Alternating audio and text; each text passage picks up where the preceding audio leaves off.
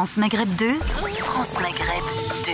Évidemment, en Syrie et en Turquie, le terrible séisme, tremblement de terre très violent, 2 séismes d'ailleurs, un de 7,8, l'autre de 7,5, qui se sont produits à quelques heures d'intervalle.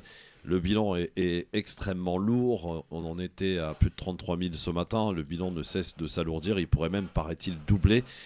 L'aide a été tout de suite évidemment importante pour la Turquie. Pour la Syrie, on a été un peu moins pressé. Du coup, on découle cette question aujourd'hui, Gamal Abina. Est-ce qu'on peut parler d'une aide à géométrie variable? 42 pays pour la Turquie, 17 pour la Syrie.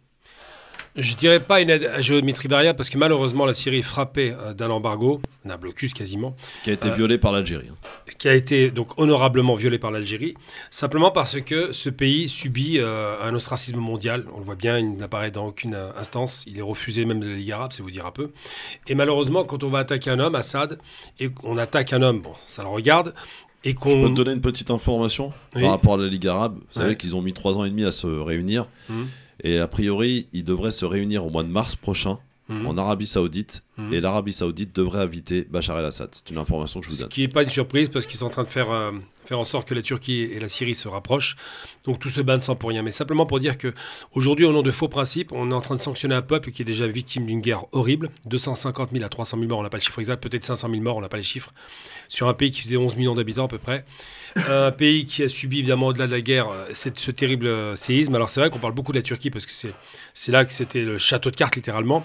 Mais le fait de ce traitement à 2 vitesses, alors les Turcs ne sont pas mieux traités dans la mesure où tout le monde y va, mais il n'y a pas tant d'organisation que ça finalement quand on y pense.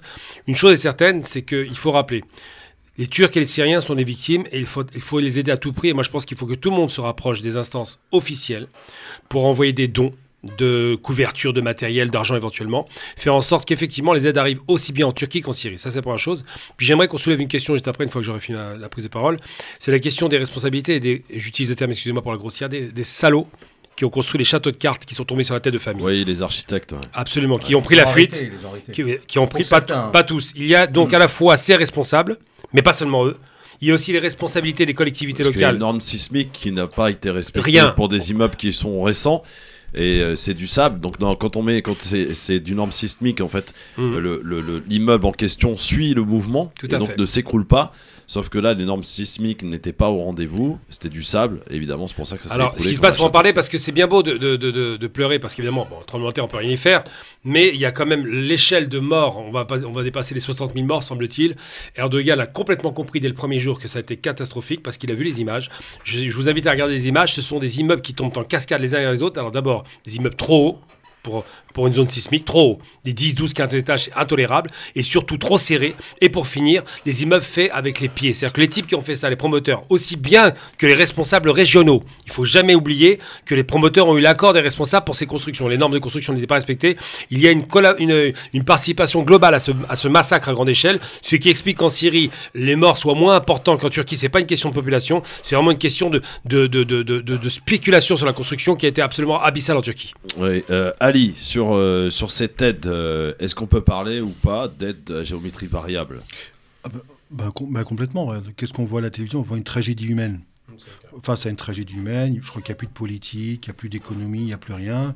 L'instinct de survie, parce que les enfants, les gens que l'on voit mourir ou bloqués sous les décombres, je crois que ça émeut tout le monde. Hein. Moi, personnellement, je ne regarde plus parce que c'est trop triste de voir cette situation-là. Les responsabilités, à la limite, ça, c'est en un second temps.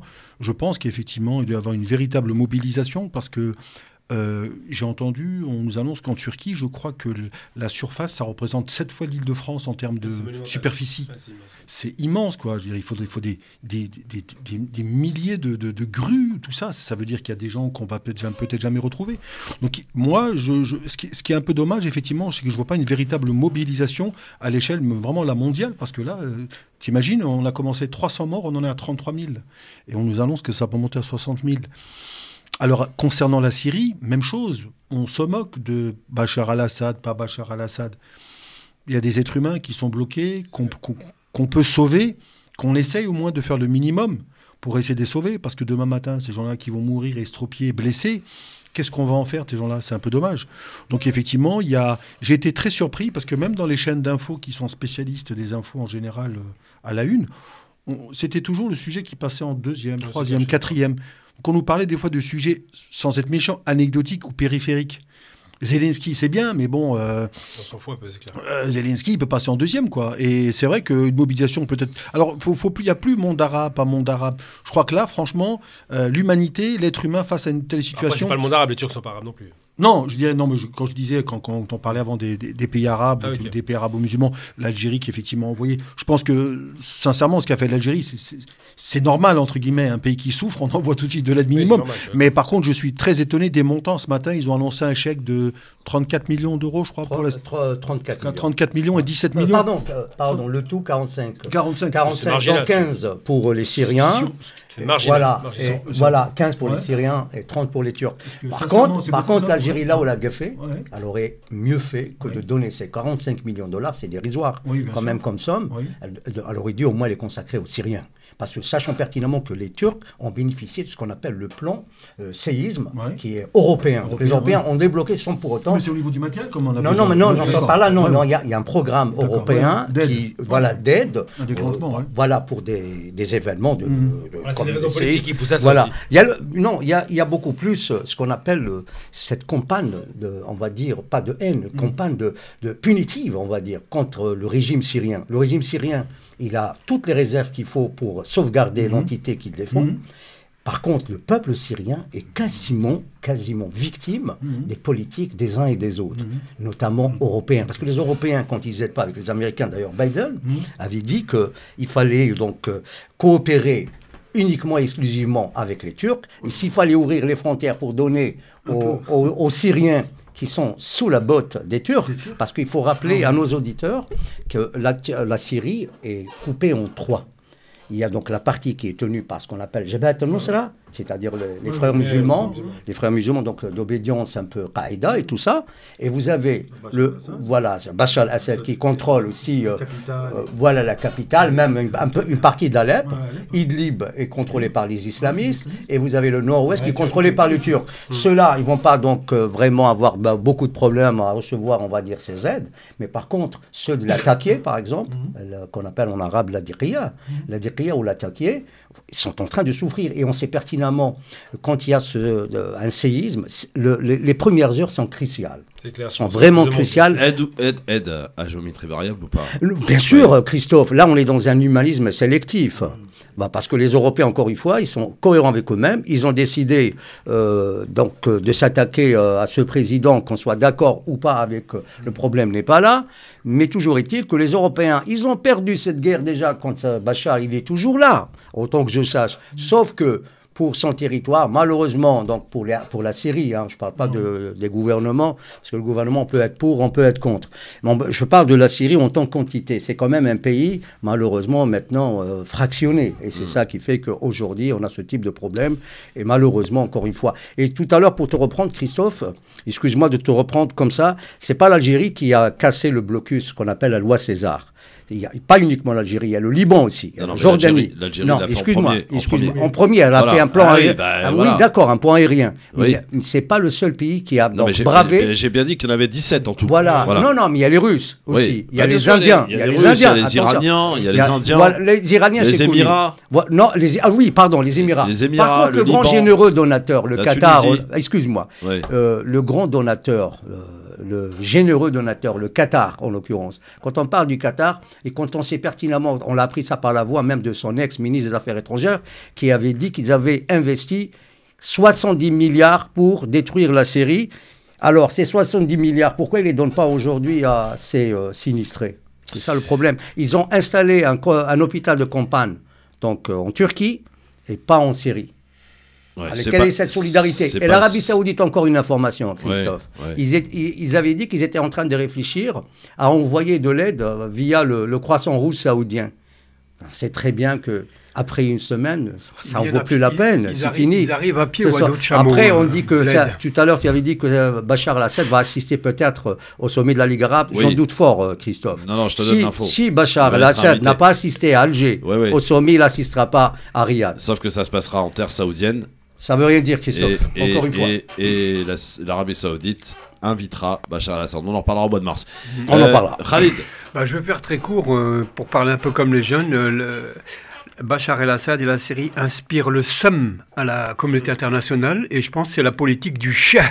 Aujourd'hui, on peut penser que beaucoup de pays, même de façon hypocrite, disent Shah à ce qui est arrivé là, parce que la Syrie, effectivement, a été diabolisée depuis très longtemps. Puis il y a un autre tremblement de terre. Charlie, Tariq. Oui, Khalid, non, je lis pas les torchons, excusez-moi. Non, je ne sais pas lire le torchon, pardon. Non, je ne pratique pas. Oui. Tu as fait allusion au Shah.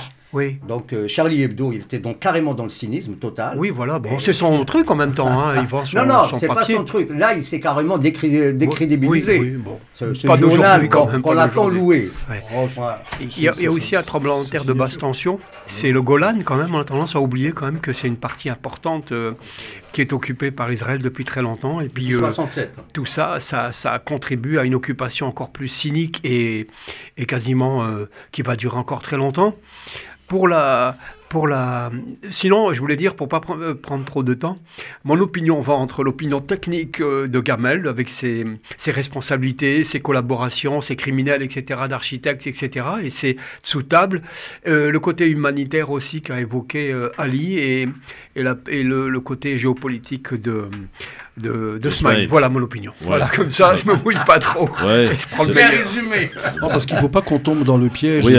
Pas qu'on tombe dans le piège des responsabilités, parce que malheureusement, là, on doit gérer cette situation. La responsabilité, c'est après. C'est pas l'heure. C'est pas l'heure, quoi. Ouais, je veux dire, aujourd'hui, c'est vrai que là, on parle de la famille. Il y a mort d'homme. On parle de la famille d'Erdogan ou de ses entours. C'est dans sa famille. Hein, c'est des gens. Ah oui, tout à fait. Des très grands promoteurs. Il est son fils qui est promoteur. Voilà. Là, on voit qu'il y a un problème. Il y a aussi, Christophe, il y a un détail, excuse-moi Ali, excuse-moi de t'interrompre, il y a aussi un détail d'une importance qu'il faudrait quand même le souligner. Erdogan, il donne les aides aux villes, aux villages qui sont contrôlés donc par son AKP, et il retarde l'aide pour les partis, on va dire, d'opposition. C'est quand même criminel. C'est quand même criminel. Non, mais entre nous, je sais pas, vous avez vu un peu les images? Non, si, tu as vu un peu les images, Khalid? Non, tu regardes pas les images? Oh, croyez-vous là?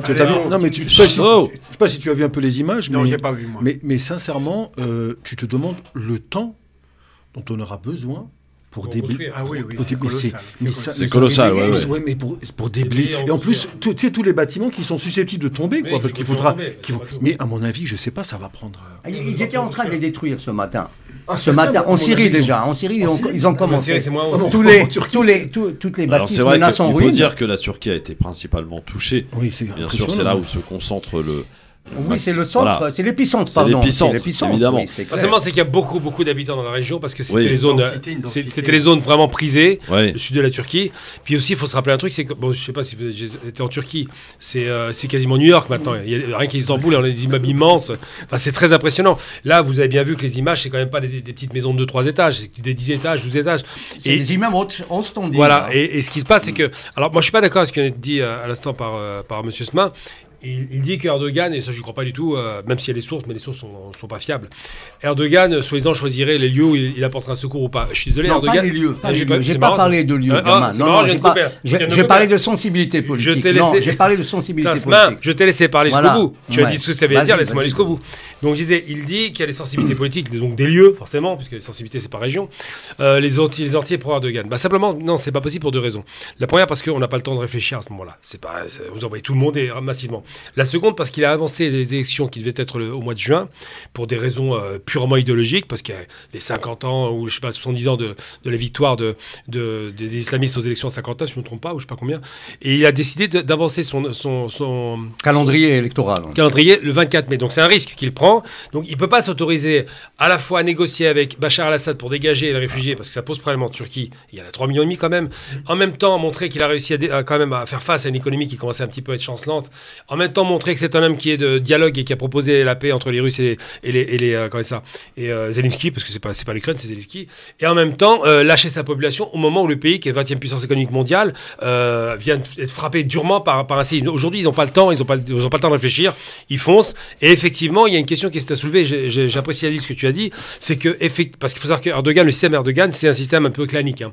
D'accord. Donc l'économie, parce qu'il a gagné des élections en 2003, 2004, l'économie, la Turquie, c'est basé l'AKP sur la victoire de l'économie. C'est-à-dire que la base du parti Erdogan, c'est les promoteurs économiques, c'est ceux qui ont fait de l'industrie. On voit bien que son neveu, par exemple, c'est lui qui fabrique ces fameux drones, qui sont les drones les plus cotés au monde. Donc tout ça donne vraiment un environnement particulier au système Erdogan qui fait qu'aujourd'hui, il ne peut pas s'autoriser à prendre un risque pareil, et surtout que des responsabilités gouvernementales sont engagées. On les verra plus tard, évidemment.